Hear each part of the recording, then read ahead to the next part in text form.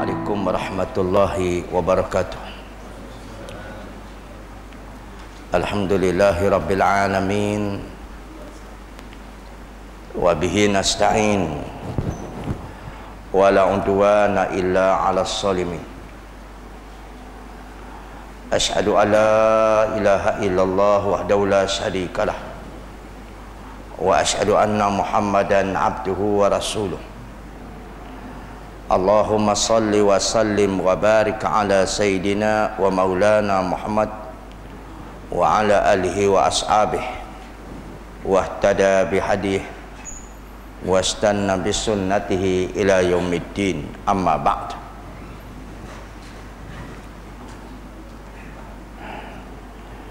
Kaum muslimin dan muslimat yang dihormati dan dikasihi sekalian, baik adapun pada malam ini insya-Allah kita menyambung kuliah maghrib dengan pengajian kitab Riyadhus Shalihin.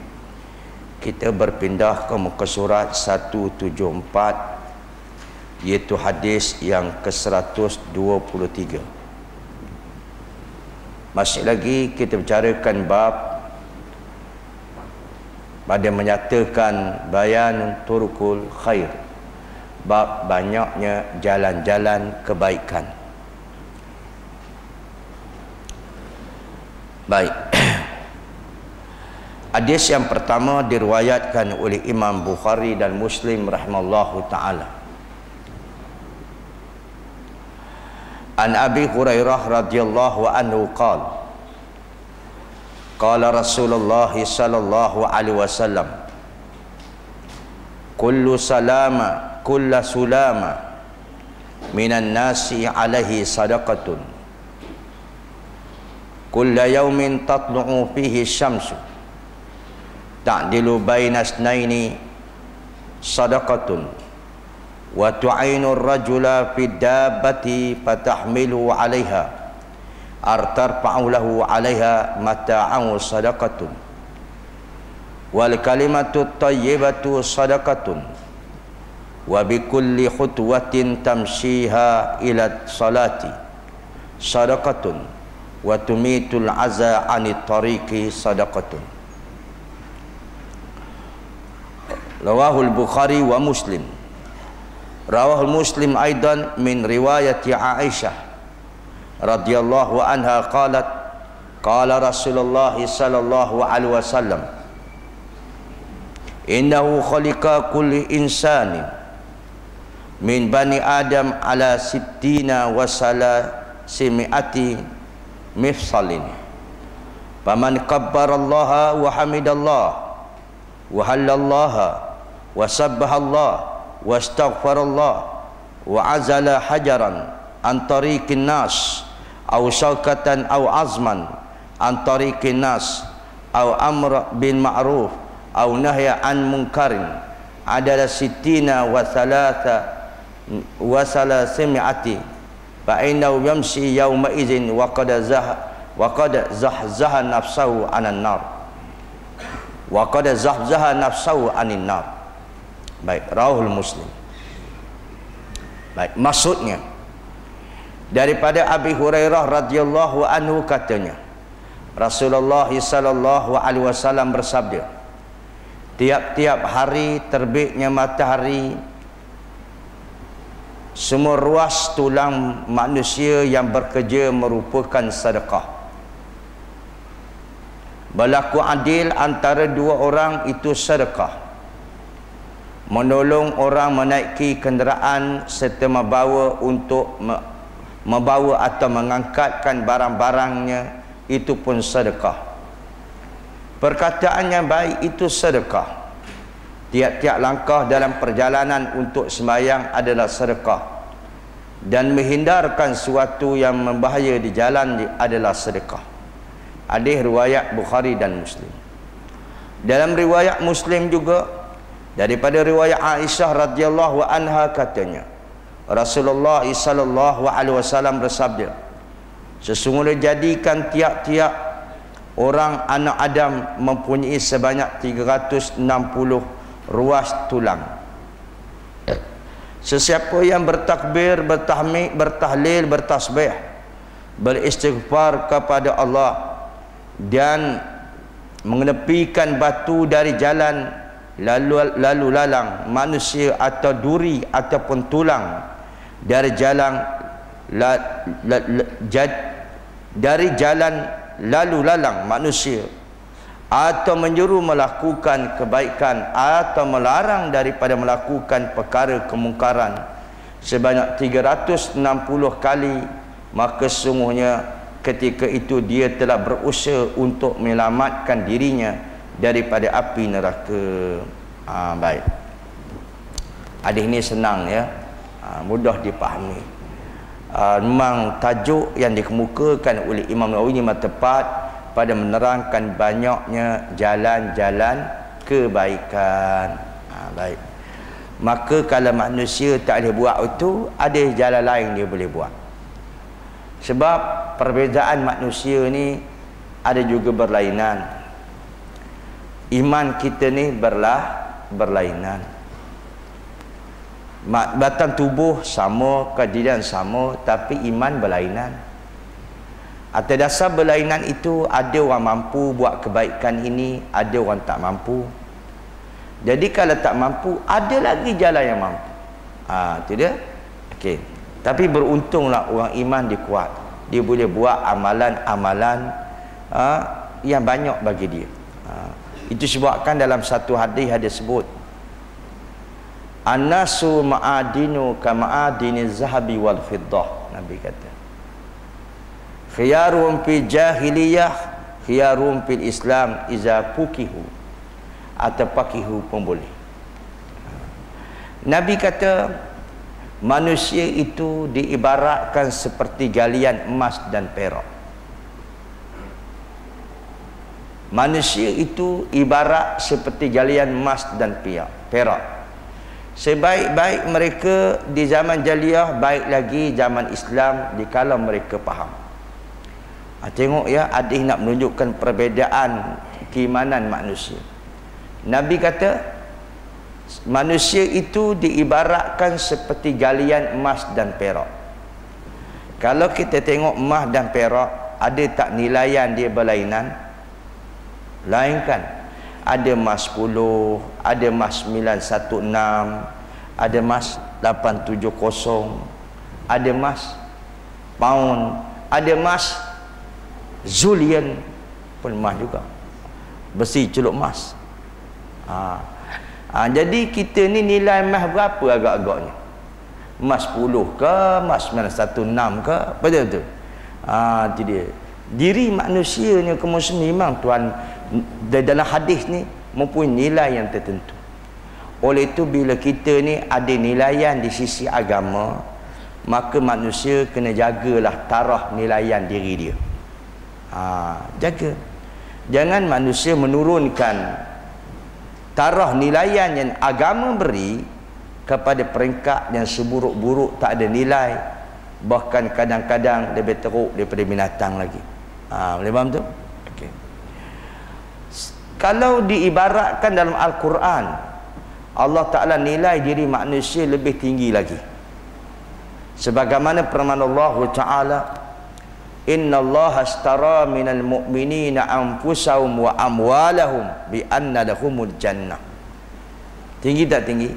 Sesungguhnya Allah Ta'ala membeli daripada orang beriman itu harta mereka, diri mereka dengan balasan surga. Tinggi tak nilai orang beriman ni? Dengan balasan surga. Surga mana boleh buat jual beli? Tinggi, sebab dia nilai yang tinggi. Tapi kalau tanya balik, bila Allah Ta'ala nilai diri manusia ni tidak ternilai dengan balasan surga, kenapa manusia pergi jual batang tubuh diri dia? Kenapa manusia pergi jual nilai iman ni dengan harga yang murah? Sebab apa? Boleh faham maksud saya kiasan itu? Allah Ta'ala beli dengan harga yang mahal tau, balasan surga. Ini dijual iman dengan apa? Harga murah je kamu semua. Tahu harga murah? Tak tahu juga. Tak tahu kena beritahu Nanti dia dengan kain batik selai je iman dia habis langsung. Sayang sungguh kamu.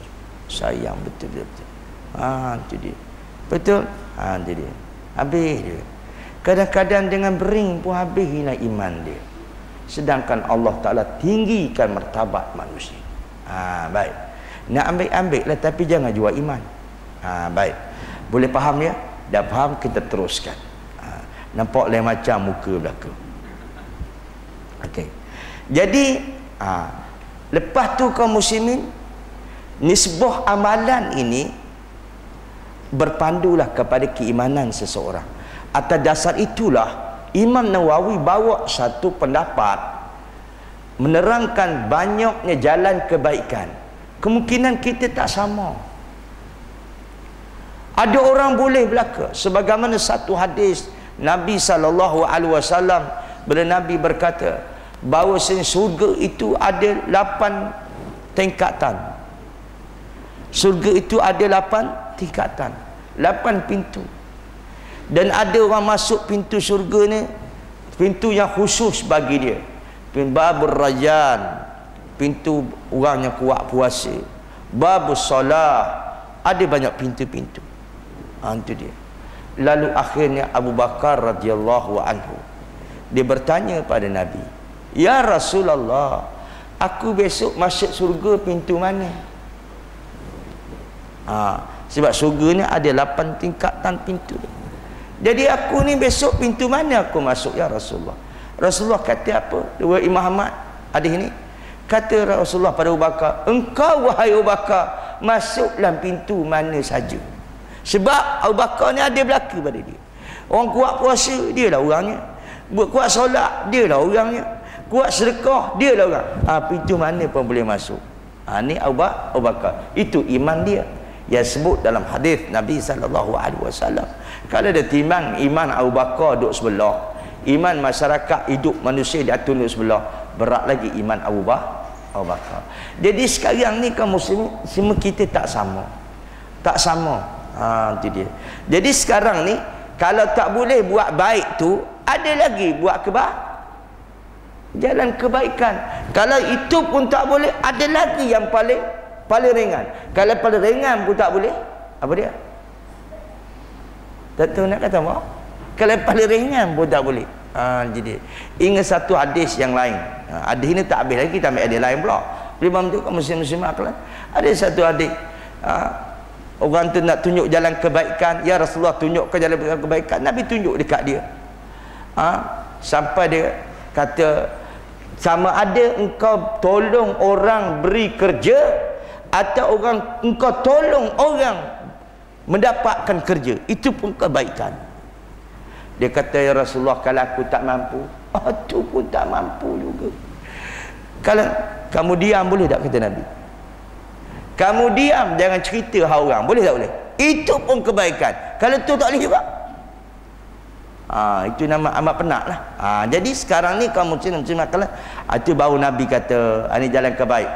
Kullu sulama minan nasi alaihi sadaqatun. Setiap tulang menulang atau ruas manusia ni ke atas diri dia adalah sedekah. Tulang kita ni kalau kita bergerak di atas kebaikan, dan tulang tu merupakan amalan, itu disedekah bagi kita. Okey, kita cantum dua hadis. Kata Nabi SAW, setiap manusia ni ada 360 tulang menulang. Setiap tulang tu bergerak di atas kebaikan, sedekah bagi siapa?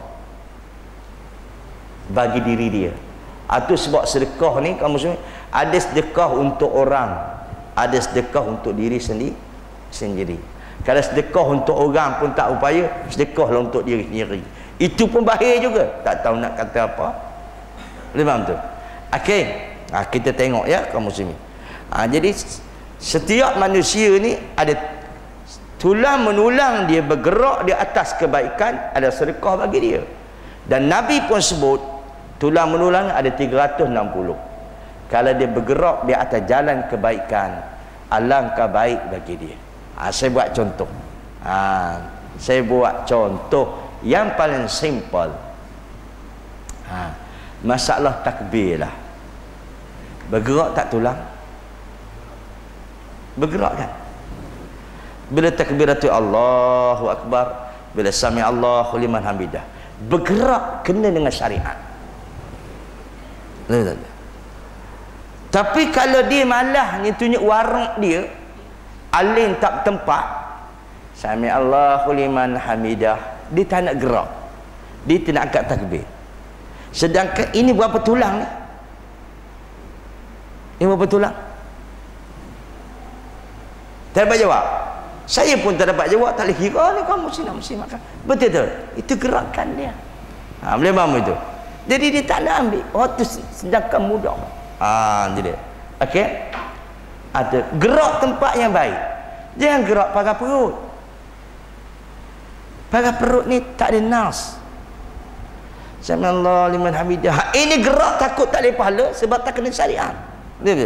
Dia gerak betul-betul sama ada begini ataupun pergi atau pergi. Itu gerak yang kata syariat di dalam solat itu sendiri. Baik. Apa ya? Baik, cantik. Kula yaumin tatlu'u fihi syams. Setiap hari apabila terbitnya matahari, manusia ni bergerak di atas kebajikan sedekah bagi dia. Luas sangat Islam ni kaum muslimin. Kalau dia cari nafkah, cari kerja, cari apa, sedekah bagi dia. Baik. Apa lagi?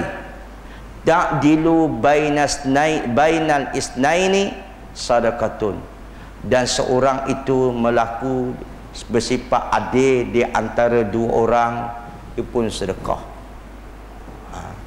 Tak kisahlah siapa dia. Kalau dia seorang tu hakim bersifat adil dalam kehakiman dia, gaji pun dapat, pahala pun dapat. Jadi dan siapa juga, tak kisahlah mak bapak, kalau dia bersifat adil, tak ada anak-anak dia, maka boleh pahala bagi dia.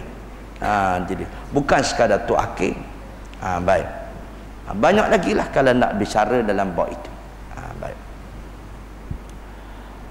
Wa tu'inur rajula fi dabbati fatahmalu 'alaiha aw tarfa'u lahu 'alaiha mata'u sadaqah. Dan kamu menolong seorang lelaki mengangkat di atas kenderaannya, ataupun kamu mengangkat akan barangnya ke atas kenderaannya, itu pun sedekah bagi kamu. Banyak dah kan? Itu saya tak terang lah waktu itu, memang jelas. Baik. Habis. Wal kalimatu tayyibatu sadaqatun. Banyak Nabi terang ni. Dan perkataan yang baik itu adalah sedekah. Apa perkataan yang baik? Apa yang perkataan lebih baik? Tak adalah perkataan lebih baik melainkan kalam Allah, Quran. Tu sebab orang dibaca Quran ni kaum muslimin, sedekah bagi dia, pahala bagi dia. Jadi itu paling baik. Yang itu sebab dalam hadis Nabi SAW, apa Nabi kata? Barang siapa yang baca satu huruf, diberikan dia satu kebaikan. Satu kebaikan dibalas 10 kebaikan. Bukanlah alif lam mim itu satu huruf, bahkan alif satu huruf, lam satu huruf, mim satu huruf. Jadi apa? 30 kebaikan. Bagi siapa? Bagi orang yang membacanya. Itu dia kalimatut thayyibah. Baik. Okey. Itu banyak lagi lah nak bercerita. Wa bi kulli khutwatin tamshiha ila salati sadaqah. Dan setiap langkah yang dia berjalan untuk pergi ke solat itu adalah sedekah. Lagi satu doa lagi kaum muslimin. Setiap langkah dia pergi ke solat. Ini kena ambil peluang betul ni. Dalam satu hadis ya, ni kena ubahlah. Kadang-kadang kaum muslimin dan muslimat kalian dia mari awal ke masjid, dia menyembang dia.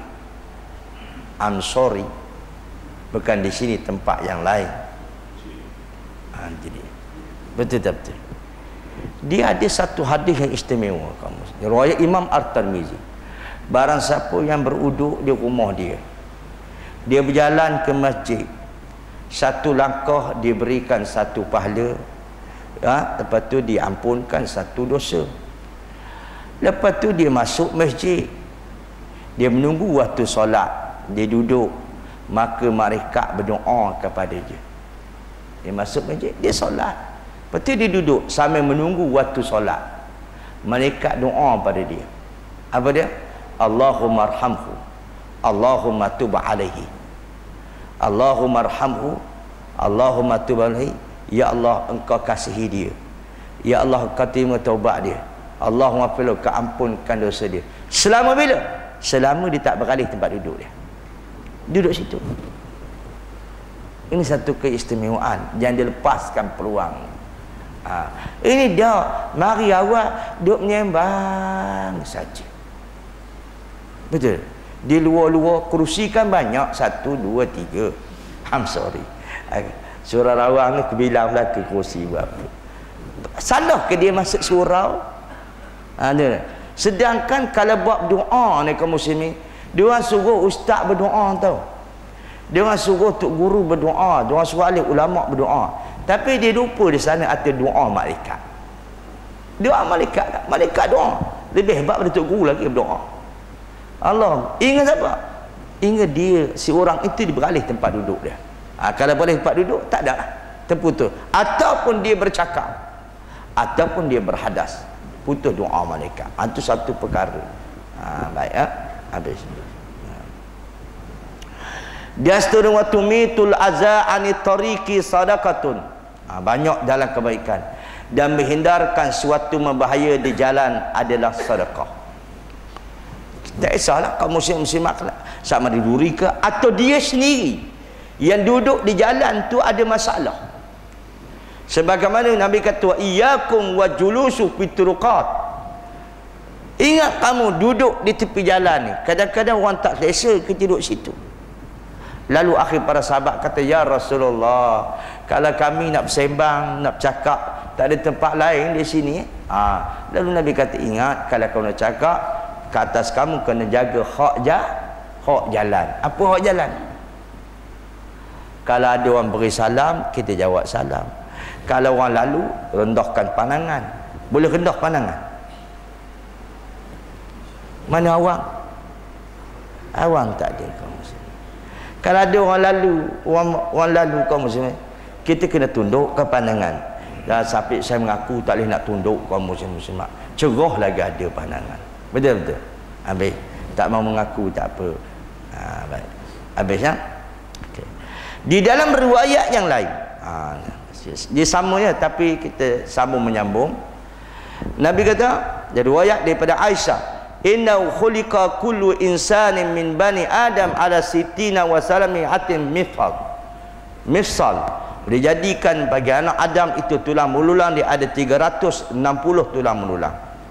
Faman kabbarallah wa hamidallah wa halalallah wa saballah wa astaghfarallah wa azala hajaran an tariqin nas aw syakatan aw azman an tariqin nas aw amra bil ma'ruf wa naha 'anil munkar, ada sitina wa sulamiati. Baik. Kalau seorang itu dia bertakbir, tak tahulah bila bertakbir ni berapa gerak lidah dia, berapa gerak kita tak tahu kan. Dia bertahmid berapa gerak dia punya tulang, dan bertalih berapa gerak, dan tasbih dan istighfar, dan semua sekali adalah bagi dia 360 tulang belulang itu adalah sedekah bagi dia. Baik. Fa indahum yamsi yauma idzin wa qad zahzaha nafsahu anin nar. Dan kata Nabi, sungguhnya ketika itulah dia telah berusaha untuk melamatkan dirinya daripada api neraka. Itu dia. Baik. Okey ya. Jadi kesimpulannya, itu sebabnya ada orang mampu buat kebaikan belaka dan ada orang tak mampu. Jadi bila tak mampu, tengok ada celahan-celahan yang lain dalam kebaikan itu. Baik. Kalau contoh kaum muslimin dan muslimat kelan, apa nama, kalau ikut dalam hadis ni lah, berzikir dia tak mampu. Apa awal dia mampunya?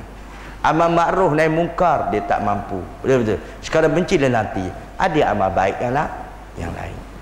Tapi jangan ambil remeh-temeh. Habis ya.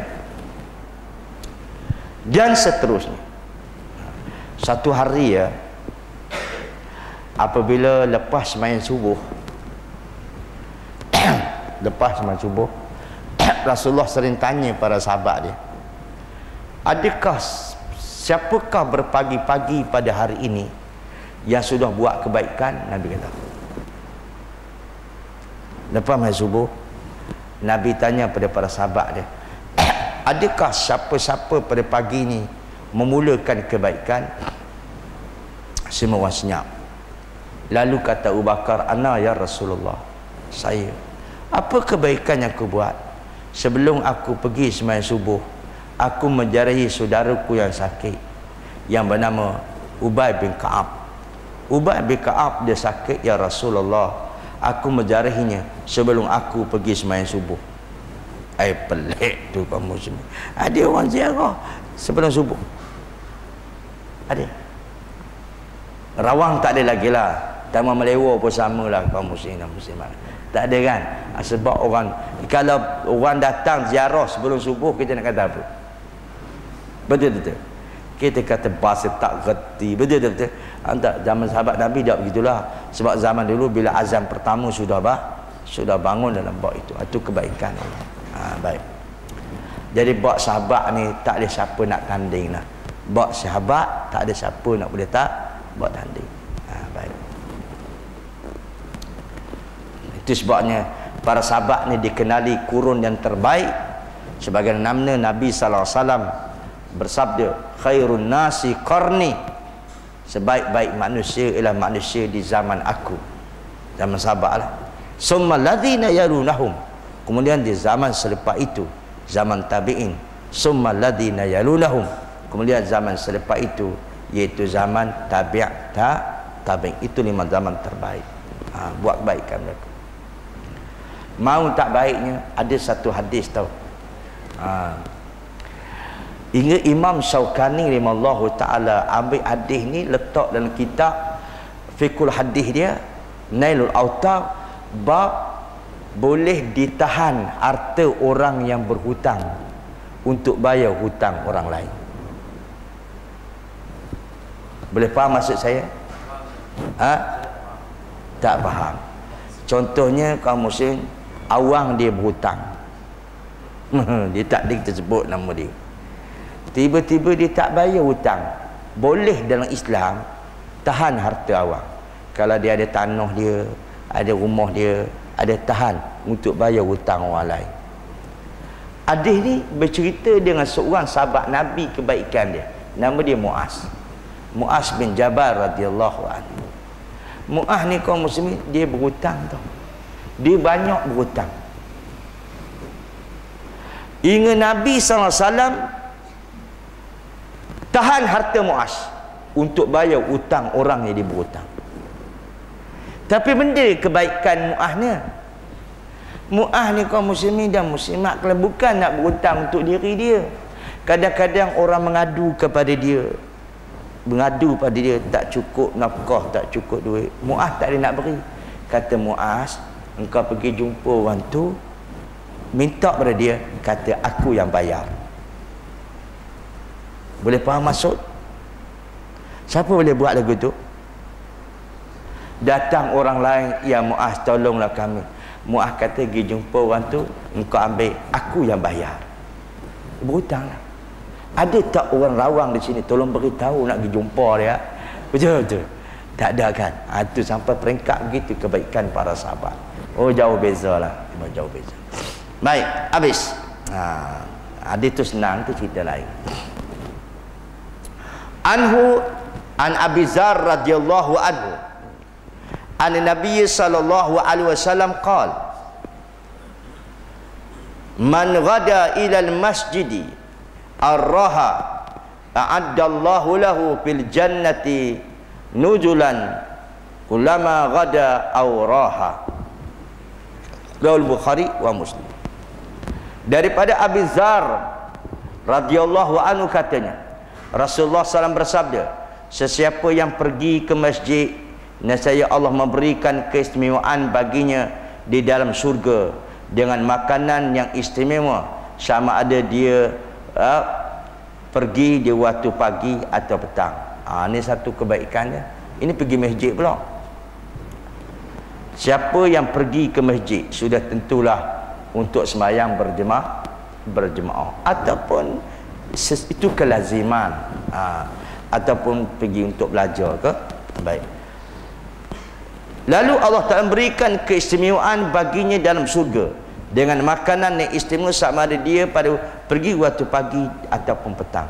Ini pula kaum muslimin satu lagi kebaikan, pergi ke masjid. Ada janji tak? Janji betul. Jadi Tuhan berikan dia tempat istimewa dalam surga, makanan istimewa pula dalam surga. Baik. Jadi tadi kita cerita dalam hadis tadi, tak cerita dalam ke masjid kan. Yang ni pula kaum muslimin kebaikan lagi, pergi ke masjid. Baik.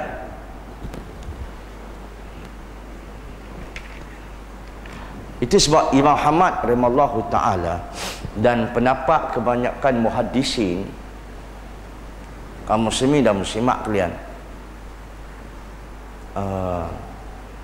pergi masjid di sini maksudnya pergi solat. Sudah tentu solat jamaah. Tempat salat jemaah ni kaum muslimin, walaupun di sana ada berapa khilaf di kalangan alim ulama, tapi Imam Ahmad dengan pendapat ulama-ulama lain seperti Ali Zahir mengatakan bahawa memang solat jemaah ni bagi dia adalah wajib. Barang siapa yang mendengar seruan azan, dia. Barang siapa mendengar seruan azan wajib. Sebagaimana satu hadis yang cukup masyhur, ada seorang si buta, dia datang jumpa Nabi, "Ya Rasulullah, aku ni di antara rumahku dengan masjid ada satu alur." Orang faham kata alur, parit lah. Parit. Bila hujan turun memang susah dan lalu. Adakah bagi aku kewajipan pergi ke masjid majmah? Lalu Nabi kata pada peringkat awal ni tidak, dia beri keuzuran bagi dia. Lepas tu dia berjalan berapa langkah, maka Nabi kata tunggu sebentar. Adakah engkau mendengar suara azan? Engkau dengar tak seruan azan? Ya. Nabi kata alaika, ke atas kau kena datang. Itu si buta. Yang si celik pula apa cerita? Tu dia kaum muslimin dan banyak benda ya. Itu dia. Walaupun di sana ada khilaf ulama yang banyak, tapi hadis yang menekan atas perkara galakan ataupun kekerasan untuk jemaah ni memang kuat. Baik. Habis ya? Kita baca banyak hadis sikit hari ni. Dan seterusnya. Ni kebaikan lain pula tadi kebaikan lain, ni kebaikan lain pula. An Abi Hurairah radhiyallahu anhu qala Rasulullah sallallahu alaihi wasallam, ya nisa'al muslimati la tahqiranna jaratun li jaratiha walau firsana syatin. Ni hadis lain pula, cerita bawa kebaikan belaka. Daripada Abi Hurairah radhiyallahu anhu juga katanya, Rasulullah SAW telah bersabda, wahai kaum wanita Islam, janganlah memperkecilkan pemberian seorang jiran walau pemberian itu hanya berupa kaki kambing. Ya nisa'al muslimat la tahqiranna jaratun li jaratiha. Sekalian wanita, janganlah kamu memperkecilkan pemberian seorang jiran walau pemberian itu hanya berupa kaki kambing. Baik. Jadi nak kata kesimpulan dalam hadis ini kaum muslimin, salah satu kebaikan menghargai pemberian orang, satu. Yang kedua ialah memberi sedikit daripada kita punya kelebihan kepada orang. Dua tu makna. Satu hari ya kaum muslimin dan muslimat kalian, apabila Nabi dia masuk kambing, lalu kata Nabi kepada Aisyah, ya Aisyah, banyakkan kuahnya. Banyakkan kuahnya. Sebab apa banyakkan kuah dia? Untuk diberi jiran yang terhidu bau masakan itu. Warak dah apalah kaum muslimin. Orang Melayu daging seketul, kuah banyak, dia kata apa? Bahasa kedekut semua. Betul tak betul? Allah susah sangatlah. Baik. Okey ya. Jadi di sini pula saya nak ringkas hadis ni sebab hadis ni banyak kaum muslim-muslimat nak kata kebaikan orang ialah menghargai kebaikan orang. Atau di sana ni pemberian seseorang. Walaupun nampak dia itu adalah yang nampak kecil, tapi Nabi kata la tahqiranna. Jangan kamu perkecilkan pemberian orang walaupun sedikit. Baik. Itu sebab kalau kita dengar hadis Nabi kan. Pernah dengar hadis Nabi sallallahu alaihi wasallam, pernah kadang-kadang Aisyah memberi 2 buah kurma aja. Beri 2 buah kurma aja. Itu dia. Dan kadang-kadang para sahabat beri segantang kurma aja. Itu dia. Jadi kaum muslimin muslimat, perkara itu tidak diperkecilkan kebaikan tersebut. Banyak lagi lah.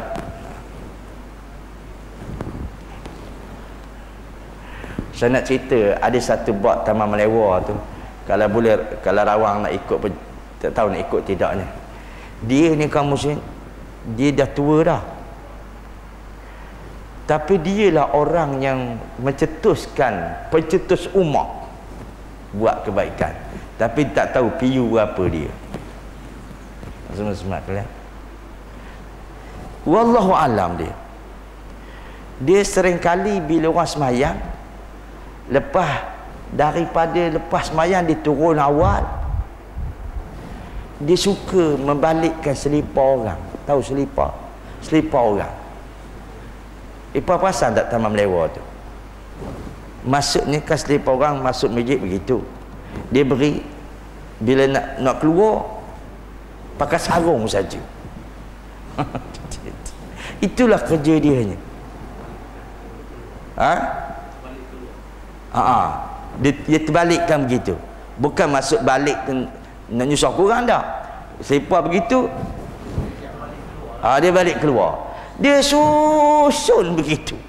Itu kerja dia. Kau muslimat kelas. Pelik juga orang tu. Biar orang mudah dia tu. Itulah kebaikan yang aku mampu nak buat dia tu. Alhamdulillah, cetus. Baik.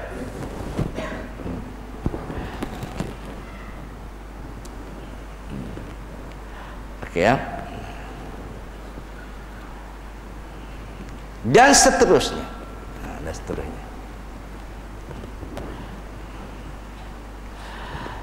Kita baca banyak hadis ya. An Abi Hurairah radhiyallahu anhu Nabi sallallahu alaihi wasallam qala al-imanu bid'un wa sab'una aw bid'un wa sittuna su'batan afdaluha qawlu la ilaha illallah wa adnaha imatatul aza'ani tariq wal haya'u syu'batun minal iman. Baik. Daripada Abi Hurairah radhiyallahu anhu, daripada Nabi sallallahu alaihi wasallam sabdanya, iman itu ada 70 lebih atau 60 cabang. Maka yang paling afdal ialah ucapan la ilaha illallah, dan sekurang-kurangnya mengenepikan suatu yang berbahaya dari jalan, iaitu lalu lalang manusia, dan malu itu satu cabang daripada iman. Okey. Iman itu ada 70 lebih atau 60 lebih cabang. 60 lebih atau 70. Agak dalam 70 60 lebih itu ada tak pada kita belaka? Semuanya senyap belaka bila orang tanya malam ini. 70 lebih atau 60 lebih. Dalam 70 lebih cabang iman tu ada tak batal-batal tubuh diri kita? Tak mengaku, tak ada. 40, 30 pun mengiling kepala belaka. Betul tak betul? Iman ada 70 lebih atau 60 lebih. Siapa yang ada semua? Baik. Okey. Itu kena perhatilah, kena tengoklah kaum muslimin dan muslimat, kena tengok. Itu dia. Okey. Dan seterusnya, afdaluha qaulu la ilaha illallah. Adapun seabdal-abdal cabang iman itulah kata la ilaha illallah. Maksudnya Zikir la ilaha illallah ni memang warid daripada Nabi. Ibnu Qayyim Al-Jauziyah dalam satu kitab dia bernama 10 Kekasih Allah. Kitab ni ini pada catatan berapa puluh tahun dululah. 10 Kekasih. Sekarang tak ada catatan, baru nak ambil prostek je. Saya pergi kedai-kedai tanya, tak ada cetak dah buku ni ustaz dia tu. Tapi buku tu memang cantik. 10 Kekasih Allah. Maksud 10 kekasih Allah di sini ialah bukan 10 nama-nama kekasih Allah, tidak. Maksudnya ialah 10 sifat kekasih Allah. Baik. Ibnu Qayyim bagi menceritakan perkataan la ilaha illallah ni, dia kata wal afdal ni ada lagi lebih afdal.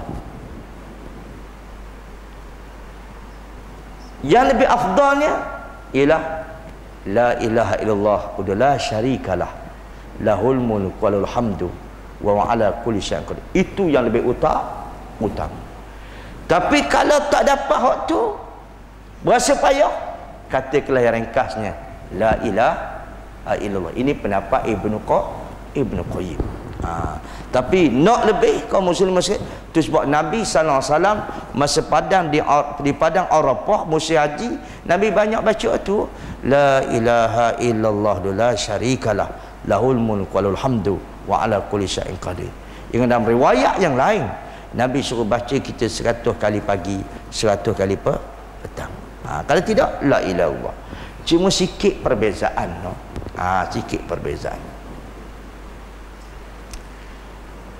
Dia berzikir tu bagus, tapi pernah Nabi tegur dia berzikir dalam keadaan perlahan.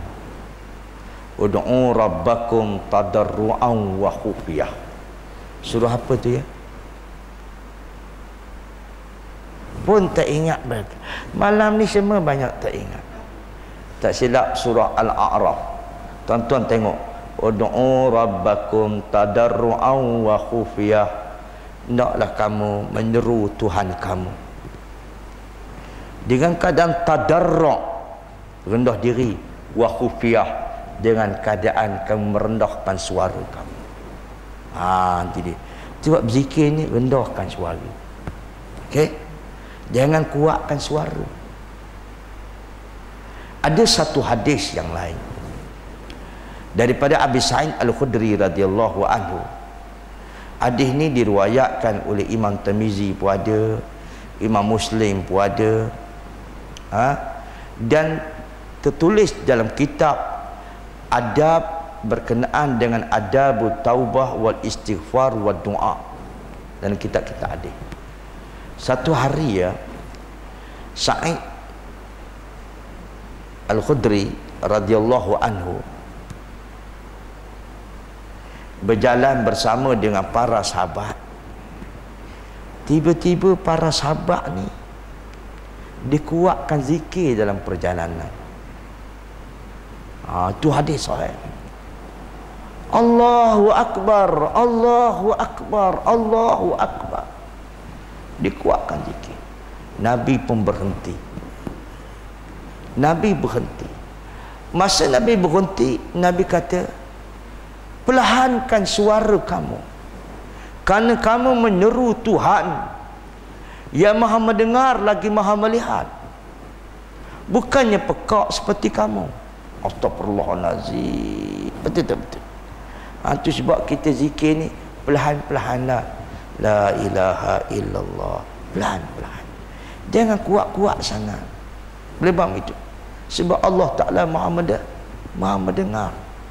Jadi baik, itu adab. Itu sebab dalam Quran kata khusyu'an wa tadarru'an wa khufiyah. Dia kata khusyuk, rendah diri, dan perlahankan suara. Itu lebih baik. Itu zikir yang dia ajar. Ini dia. Dan perlu pula kaum muslim dia ikut syariat dia. Saya minta maaf cakap lah, nanti orang marah. Nak berzikir, nak bertakbir, biar kena pada tempat.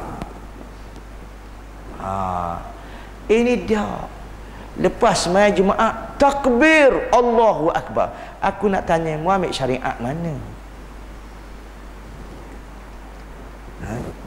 Ambil syariat mana? La ilaha illallah Muhammadur Rasulullah. Aku tanya tak nak jawab. Sama lagu tu kaum muslimat. Lepas mengaji takbir, syariat mana? Kenapa dia buat macam tu? Minta maaf cakap ya, walaupun melabelkan dengan nama Islam, betul-betul, tapi kena ikut syariat. Tak boleh label Islam dengan nama tak ikut syariat. Satu hari, ini cerita kisah benar ni, dia satu kuasan Gombak, dan kuasan Gombak dia dah Gombak lah, dan kuasan sewaktu dengannya. Hari tu hari dekat pilihan raya dah, dia suruh saya baca khutbah. Ketika tu kaum muslimin ramai yang datang lah, Jaiz Jawi datang belaka. Jadi dia beritahu saya ikut khutbah, ikut teks. Teks pun setiap hari tu tajuknya pilihan raya. Sedap dah tajuk dia. Jadi dia. Tapi alhamdulillah lah, ada balance lah khutbah tu. Lepas saya baca khutbah kaum muslimin muslimat kalian, biasalah wakil bakal-bakal wakil rakyat ni mari belaka baru nampak muka. Betul tak betul? Orang ramai nak tunjuk muka dia, tak apalah, itu passion politik orang. Lepas saya turun khutbah, takbir Allahu Akbar, menggeleng kepala aku, main syariat manalah lagu tu. Betul tak betul? Lepas tu penak qomat pula, takbir lagi, la ilaha illallah. Kena ingat no, betul tu cantik sebut nama Allah, biar kena pada tempat dia. Betul-betul. Nanti dia nak qomat pun takbir lagi, qomat sudahlah. Betul tak betul? Nanti dia lepas tu lepas semayang takbir lagi, aku pun doa takbir lagi, astaghfirullahalazim. Jangan, la taghlu fi dinikum, jangan kamu melampau dalam agama kamu. Ada orang nak solat, ada orang tidak tenteram. Betul tak betul? Tak tenteram, sebabnya kadang-kadang ada benda isu dalam masalah itu. Itu kena perhati juga tu. Baik. Macam tak setuju je nampaknya. Tapi alhamdulillah rawang tak ada buat macam tu lah. Kalau ada aku tegur dalam khutbah dah. Betul. Rawang tak apa, tempat lain jangan. Kau muslimat. Tempat lain itu tunggu dekat kereta dah. Pernah dah sekali saya tegur aku, tunggu dekat kereta. Ustaz ni lain baju dia ke? Amboi, dia kata aku lain baju dah kaum muslimin. Gitulah cara. Susahlah. Ini cabaran umat akhir zaman. Betul-betul. Tak nak mengaji, tak nak apa. Baik. Dan seterusnya. Okey. Wa adnaha imatatul aza anit tariq. Dan serendah-rendahnya cabang iman itu membuang perkara penyakit jalan. Dan ingat, wal haya'u syu'batun minal iman. Malu itu sebagian daripada iman. Syu'batun minal iman. Dalam satu riwayat lain, setengah daripada keimanan. Dan riwayat lain pula menceritakan cabang keimanan. Malu sebagian daripada iman. Tapi malu yang macam mana?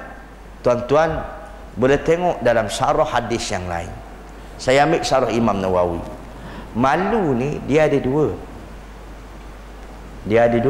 Dua. Malu yang mana daripada cabang iman, atau malu mana separuh daripada iman? Kan malu ada dua. Pertama, kata Imam Nawawi rahimahullah taala, malu al-mamduhun, malu yang terpuji.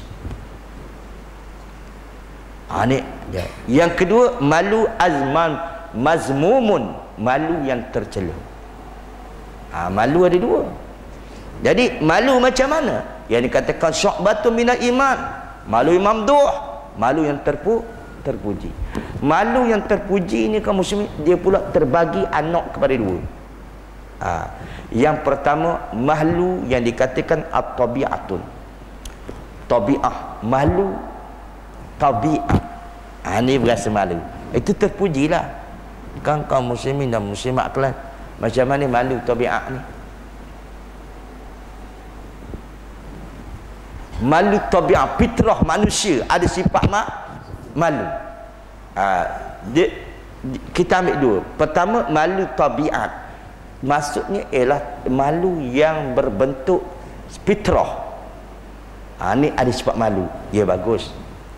Contoh macam orang perempuan lah, orang perempuan dia nak kahwin, bila bapak dia tanya mana orang datang tengok tadi, setuju ke tak, dia senyap. Itu tabiat lah, itu bagus, malu macam tu, betul-betul. Kita kena khabar mana, alah pak, berasa hidup ni ibarat sinaran matahari. Gelojoh sangat anak aku ni, betul-betul. Dia tak kena macam tu, boleh faham itu. Kalau dia diam, itu sifat malu yang bagus. Macam orang lah kamu, depan orang malu nak makan banyak, bagus tak bagus?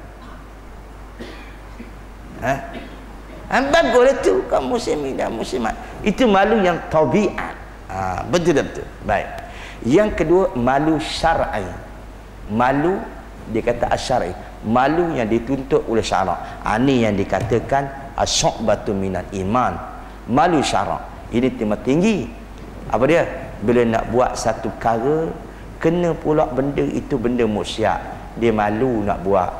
Malu pada apa? Bukan sekadar pada insan, dia malu pada Allah. Ini malu syar'i dia panggil. Ini yang dikata malu ni yang dikatakan iman. Betul tak betul? Jadi betapa banyak kaum muslimin dia malu pada Allah. Contohnya macam ni.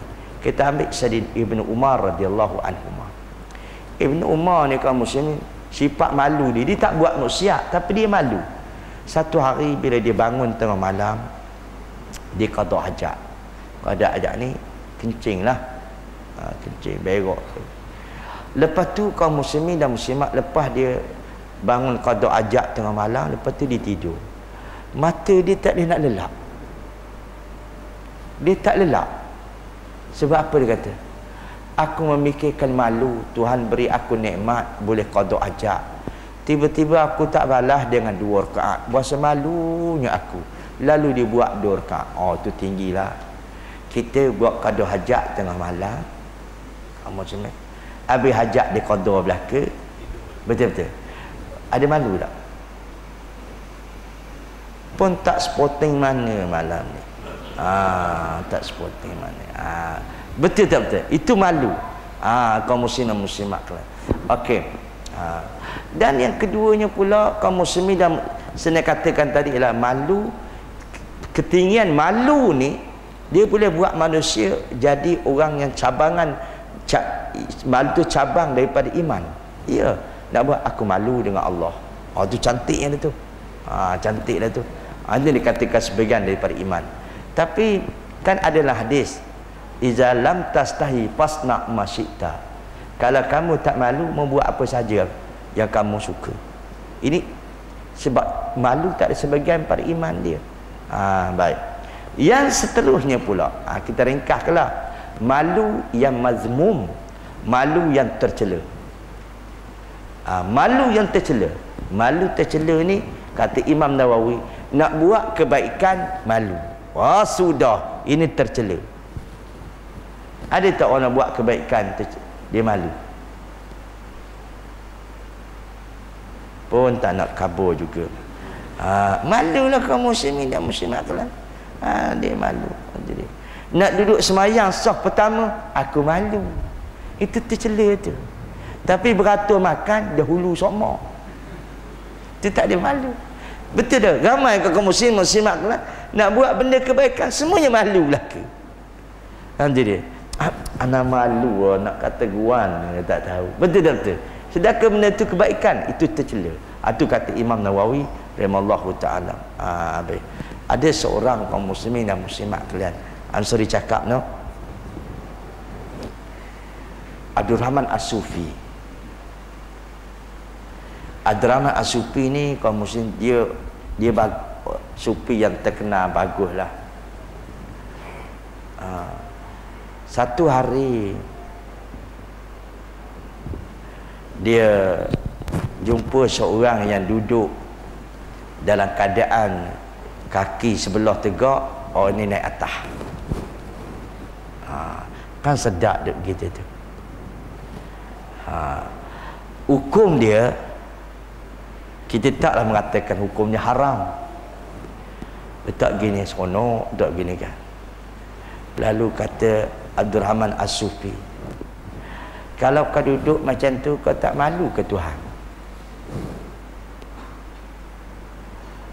Kau tak malu ke Tuhan duduk macam tu? Sedangkan Allah memilih dua tempat duduk yang cantik. Saya boleh baca buku tu, tak perasan pula, betul-betul. Sedangkan Allah memilih dua cara duduk yang baik. Apa dia? Hari ni semua soalan aku jawab belaka. Betul-betul. Dua duduk yang Allah Ta'ala pandang cantik. Itu dia. Pertama duduk tayat awal, yang kedua duduk tayat akhir. Tu sebab dalam semayang tu kita disyariatkan duduk macam tu. Itu duduk yang Allah Ta'ala suka. Yang kamu duduk semua begitu, tak malu ke? Tu kata Abdul Rahman, itu tinggilah martabat dia, betul-betul. Tapi duduk bersila tidaklah mengapa, betul-betul. Tu sebab Tok Syekh kami dulu kaum muslimin, masa tengah-tengah belajar macam ni, dia tak benar kita duduk bersila macam ni. Dia tak benar sungguh. Nanti dulu tak habis cerita lagi. Kalau tengah belajar, dia cek duduk dulu. Jadi dia. Kalau dah lama, dah letih, baru dia benarkan. Dia kata duduk tayat awal dulu, duduk tayat akhir dulu. Inilah peringkat permulaan keberkatan, dia kata. Itu baik. Kalau kamu tak larat, duduklah bersila, tak jadi masalah. Tapi dianya langsung duduk tayat awal, mengajar semua kamu. Oh, hebat benar lah, hebat benar. Tapi dia sungguh ya, dia sungguh. Saya tengok orang-orang yang hufazul Quran, tu guru dia tak benar duduk apa nama, duduk bersila tak benar. Jadi ini kadang-kadangnya duduk pun menyelonjor je, betul tak betul? Aku tengah mengajar pula kamu muslim-muslimat. Dia benar, jangan lagu tu, betul tak betul? Jangan lagu tu. Kecuali nak betulkan orang, tak apa, betul betul. Jadi ini dua-dua melunjur kaum muslimin dan muslimat. Allah baik. Itu sebab antum semua tak nak jawab tak aku kata begitu tadi, betul betul. Antum tak kena lagu tu. Tapi sekali-sekala tidak mengapa, betul betul. Jadi bila ditanya, saya jumpa orang Turki. Sebab anak saya dulu dia masuk sekolah Turki, hafal Al-Quran. Lepas tu aku keluar balik lah. Ni bawa ke pesen supi pula dah. Tapi cara pengajian dia, akhlak cantik, bersih kebersih. Orang Turki ni orang yang bersih. Dia mesti dia orang bersih kaum muslimat. Tapi tak tahannya ni bawa ke Tok Syekh dia. Lepas tu anak saya accident, dia tak boleh duduk macam tu, bersila, duduk gitu. Dia bedak, dia pukul. Itu dia. Anak mengadu, nak lari. Saya pergi jumpa dia. Malaysia yang boleh buat bedah macam tu. Saya berasa hati juga orang bedah anak kita, betul tak betul? Dia tak boleh duduk macam tu, dia accident. Kenapa tak kabur dia tu? Ada cerita lah dia kata. Memang duduk macam tayat awal ni, dia kata, dia mudah untuk menghafal. Dia mudah untuk menghafal dan dia tidak mengantuk. Pengalian darah macam tu. Betul tak betul? Tuan-tuan cuba buat sekali ya. Betul tak betul? Begitu. Rupanya ada sanak. Duduk pun ada sanak juga rupanya. Begitu. Jadi baik. Itu dia punya peseng lah caranya. Tapi nak kata kaum muslimin muslimat kalian, duduk ni dia ada cara juga kaum muslimin dan muslimat kalian. Kadang-kadang ialah tempat-tempat yang tertentu, sekali-sekala tidak mengapa, sekali-sekala tidak mengapa. Apa lagi duduk yang dilarang sangat, no? Duduk dilarang sangat dalam hadis ya. Walaupun dipertikai oleh ulama, yang perut ke depan, tangan ke bawah. Macam mana? Perut ni mana? Ke depan mana ada perut belakang? Apa nama kamu sembilan semak? Ni apa nama? Itu dia. Cuba buat tangan ke belakang. Cuba. Maksudnya ke belakang lagi tangan tu. Dia malu nak buat dah kamu Ustaz. Itu adalah malu sok batal iman ke? Jadi selalu kan itu dia kurang baik. Dia kurang baik. Sekali-sekala tidak mengapa. Jadi baik. Okey ya. Itu jelas. Okay. Dan seterusnya pukul 9 dah, insya-Allah kita sambung. Banyak lagi jalan-jalan kebaikan. Hadis ni tak silapnya dalam bab ni saja ada lagi berapa lai lagi, banyak lagi nak ceritakan, banyak sangat jalan kebaikan. Wallahu a'lam. Ada perbincangan?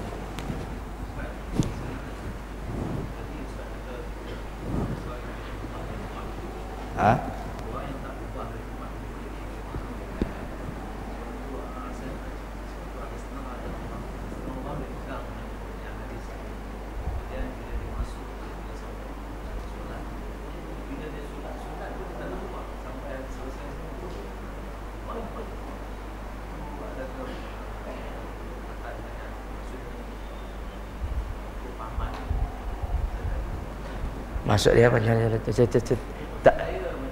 Tak jelas, tak jelas.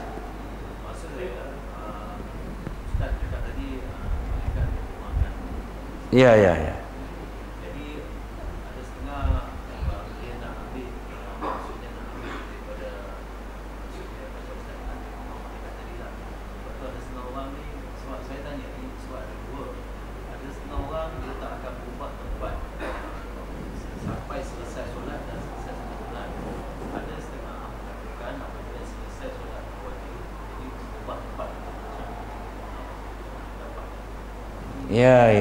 Baik kaum muslimin dan muslimat kalian. Iaitu dalam satu isu. Yang pertama tadi bercerita tentang apabila kita masuk masjid.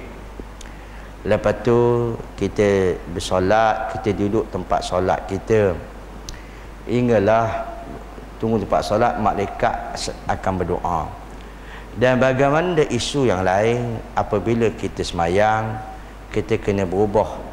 Sunat juga kita berubah tempat kita solat, kerana dia menjadi saksi yang banyak. Jadi dalam permasalahan ini kaum muslimin dan muslimat kalian, dia tak ada satu benda pengasingan. Pengasingan yang pertama menyuruh kita ni apabila kita solat sunat, solat fardu, kita asing tempat. Tapi dalam hadis ni ialah bila kita datang ke masjid, duduk tempat solat, kita duduk tempat tu. Maka itu lantainya doa malaikat. Ya ustaz, bagaimana pula tentang kita ni digalakkan untuk beralih tempat? Betul. Beralih tempat, lain kali pula kita semayang atau kita sudah semayang sunat, semayang fardu, kita alih tempat lain, tu tak ada apa.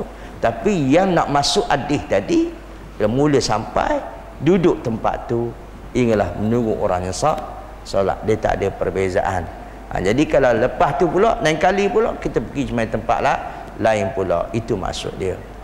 Tak ada bercanggah dalam masalah.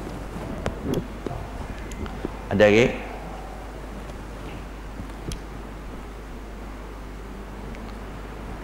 Wallahu a'lam. Subhanakallahu bihamdika, asyhadu an la ilaha illa anta wa astaghfiruka wa atubu ilaik. Assalamualaikum warahmatullahi wabarakatuh.